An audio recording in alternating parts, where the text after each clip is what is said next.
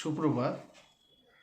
আজকে তোমাদের কাছে যে বিষয়টা নিয়ে আসছি অর্থাৎ 6 সেমিস্টারের তথা সিবিসিএস প্যাটার্নের যারা ফাইনাল ইয়ারের স্টুডেন্ট রয়েছে অর্থাৎ 6 সেমিস্টারের যারা স্টুডেন্ট যাদের ডিএসই অর্থাৎ ডিসিপ্লিন স্পেসিফিক ইলেকটিভ হিসাবে যাদের হিস্ট্রি রয়েছে তাদের আমি আজকে 3 মার্কসের কয়েকটা প্রশ্ন নিয়ে আলোচনা দিচ্ছি, যেগুলো তোমাদের আসার মতো একেবারে পুরোপুরি সম্ভাবনা রয়েছে।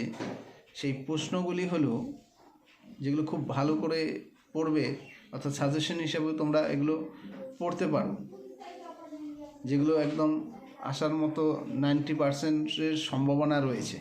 যারা উত্তরবঙ্গ বিশ্ববিদ্যালয়ের অন্তর্গত রয়েছে তাদের জন্যই শুধু বলছি এটা। তোমরা কলম এবং খাতা নিয়ে কেউ লিখেও নিতে পারো,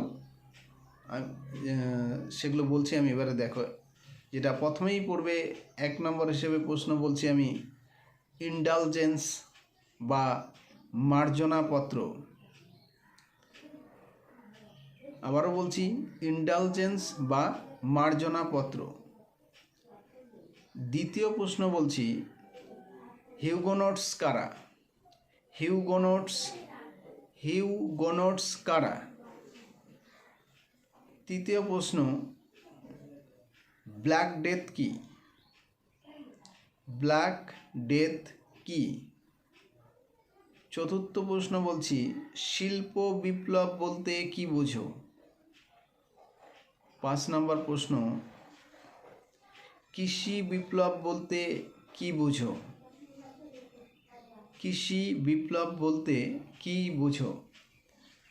6 নম্বর কোশ্চেন, মরিস ডফ ও পল সুইজি সম্পর্কে টিকা পড়বে। মরিস ডফ ও পল সুইজি টিকা।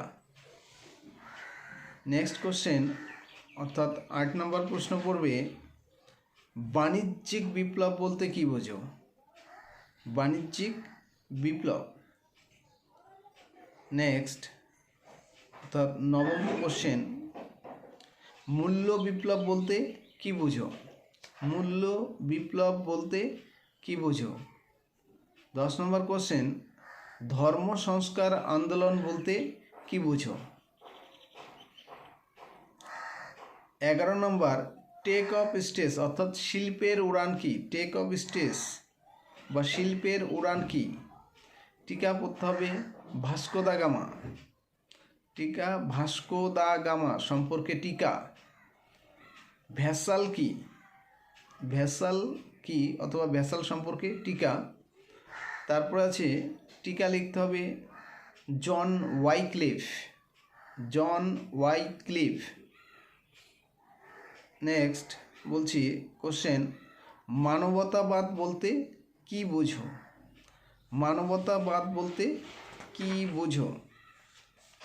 আর এই হলো তোমাদের 3-এর প্রশ্ন গেল। 12 প্রশ্ন হিসাবে যদি বলা যায়, আমি আজকে সবগুলোই বলছি না, কয়েকটা কোশ্চেনই বলবো।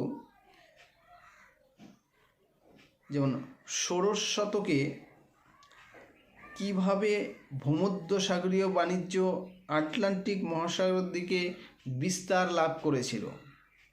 আবারও রিপিট করছি, ষোড়শ শতকে কিভাবে ভূমধ্যসাগরীয় বাণিজ্য আটলান্টিক মহাসাগরের দিকে বিস্তার লাভ করেছিল?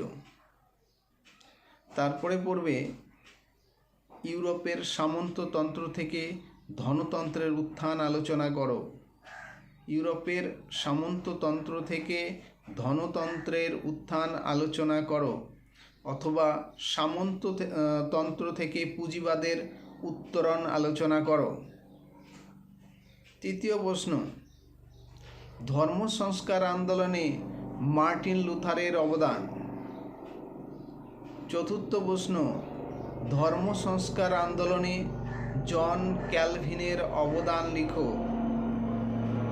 পঞ্চম প্রশ্ন, মূল্য বিপ্লব বলতে কি বোঝো? মূল্য বিপ্লব বলতে কি বোঝো? মূল্য বিপ্লবের কারণ আলোচনা করো। মূল্য বিপ্লবের কারণ আলোচনা করো।